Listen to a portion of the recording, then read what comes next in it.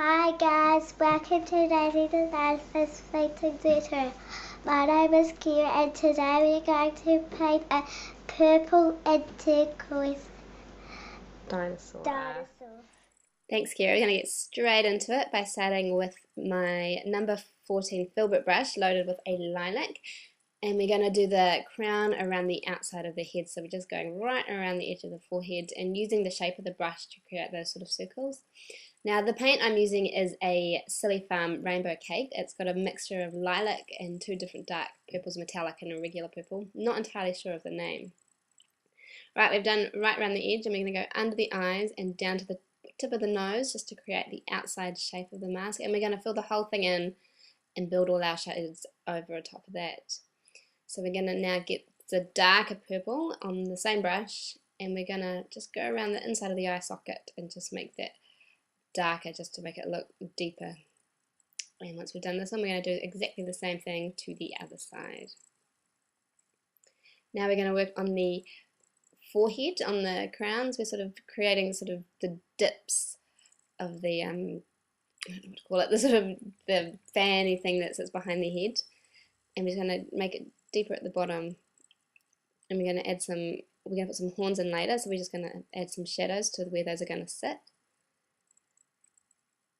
And we're still just using the same brush and the same thing. Now we're going to fill in the scalloped sort of edges, and I'm just going underneath, doing the opposite of what I've done. Now I've thought of this, and I think it would be much easier later on to, if you want to do it really quickly, just to use like a round dabber sponge and just pick up both colours on the sponge and just twist it around once you sort of just lay a straight base underneath it and then create the circles afterwards. I am now going to go back in and put a bit more water on my brush just to reactivate the paint and maybe a little bit of lilac and just blend all those colours in so you've got a nice soft blend. I'm going to go right around the other side just really quickly, flicking them up and just giving it a nice subtle shading. And we're going to fill out these inside bits as well.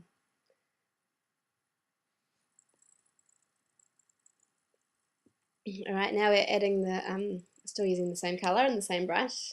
There's not a lot, I try to use the same brush for as much as I can so there's not too much filling out. And because I've used the lighter colour first, I don't have to worry about washing it out too much. And I'm going to build some shadows for these bottom eyelids. Dinosaurs are old, so they've got sort of saggy eyes.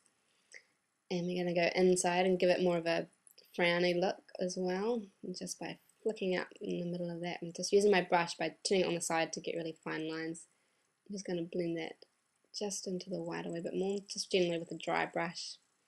Right, now we're going to do some stenciling. I have a BAM crocodile stencil, and I'm using a seafoam colour from, I think it's Fab Paints, and I am just sponging into those sort of hollowed out bits of the crown, and I'm also going to use the sponge and highlight some areas with that seafoam colour.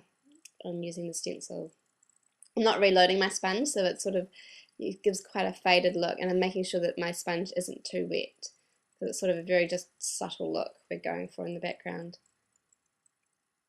And just repositioning my stencil, making sure it's nice and tight over the face. And there we go. Alright, next I'm going to add some spots. I've got a Snazaroo Sea Blue. Now, I don't usually use this colour because it does have a wee bit of a habit of staining, but if you use it over another colour, it seems to wash off alright. And I'm just sort of making random spotty shapes, just a couple on the eyebrow, and in the middle as well, and down sort of one side of the nose, varying them in sizes as well. Alright, now I am going to start on the horns. I've got some Wolf White on a number 2 Lower Cornell brush, and because I haven't left space for it, I'm going to just try and use the side of my brush just so I'm not picking up as much of the colour underneath, so I can keep a nice crisp white horn. And I'm going to go out to a point, although because it's sort of looking at me, I'm not going to give it a very sharp point. And I'm going to do the same on the other side. Right, now is the fun part. Now is the outlining. Generally I start from the top of the design, but today I think with horns I always like to start there. Don't know what it is, I just like to get that bit over and done with. So I'm doing quite a thick line at the base of it, and that's where it sort of sits in there, so it's quite a deep, the thicker the hole, the deeper the line. The thicker the line, the deeper the hole, I should say. And then I've done a thicker line on the bottom, and I'm going to do a nice thin line just on the top of it, just because the light would be hitting more of the top. And you get more shadow at the bottom. And I'm going to add some cracks in it, so just very tip of my brush, just sort of flicking it out. And I'm just going to smudge it in with my finger, just to sort of give it a bit more worn, old, crusty look.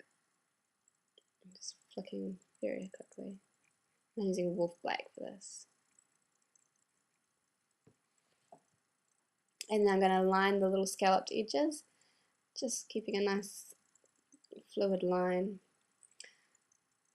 sort of wiggling it as I go.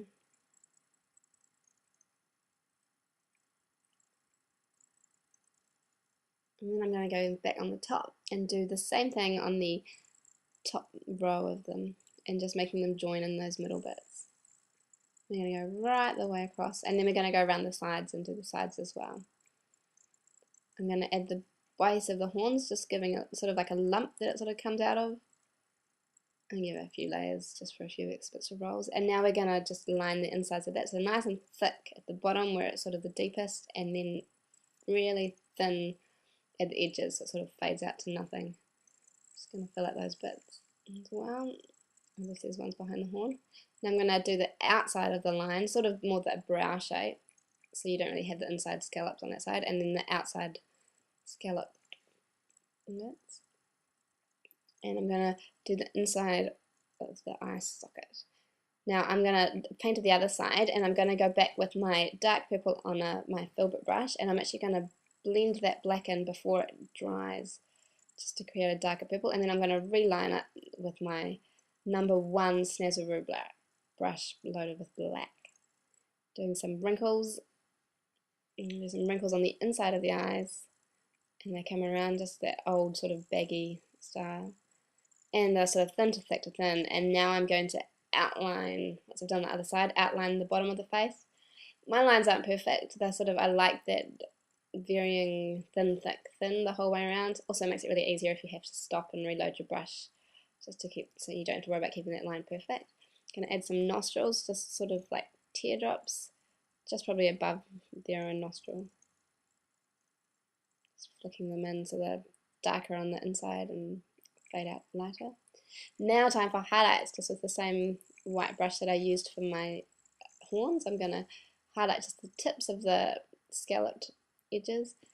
I'm going to highlight the horns to make them really stand out. Even though they're white, the colour sort of fades, so just doing a really bright bit just along the top of the horns, fatter at the top, and flicking it out to really nice and thin. Going to line just under those horn bits as well, just bits, rolly bits that probably stick out and catch more light, and at the top of the head. And I've filled down some other lines, and I'm going to add spots to some of those blue spots we've already got there. I'm going to add white just to some of the wrinkles, just to make them sort of stick out a bit more. On the inside of the eye, oops, I've missed. I'll go back with my black and fix up that side. Here we go. I'm just going to finish adding some highlights. Add some highlights just around the top of the nostrils, just to make it look like that skin's really sticking out, and it makes that black, the contrast with the black and the white makes that black look even deeper. Alright, so we're almost done. We're just going to add a bit of glitter now, just to the bits that have got the stencils, and any highlights I like to add the glitter, just trying to avoid any of the black dark stuff, and sprinkle the rest of it on. And there we go, one quick dinosaur. Now you could do this in any colour for the boys. You could add blues and greens, just using different shades. There you go. We hope you enjoy it. We'll see you next time. Bye. Bye.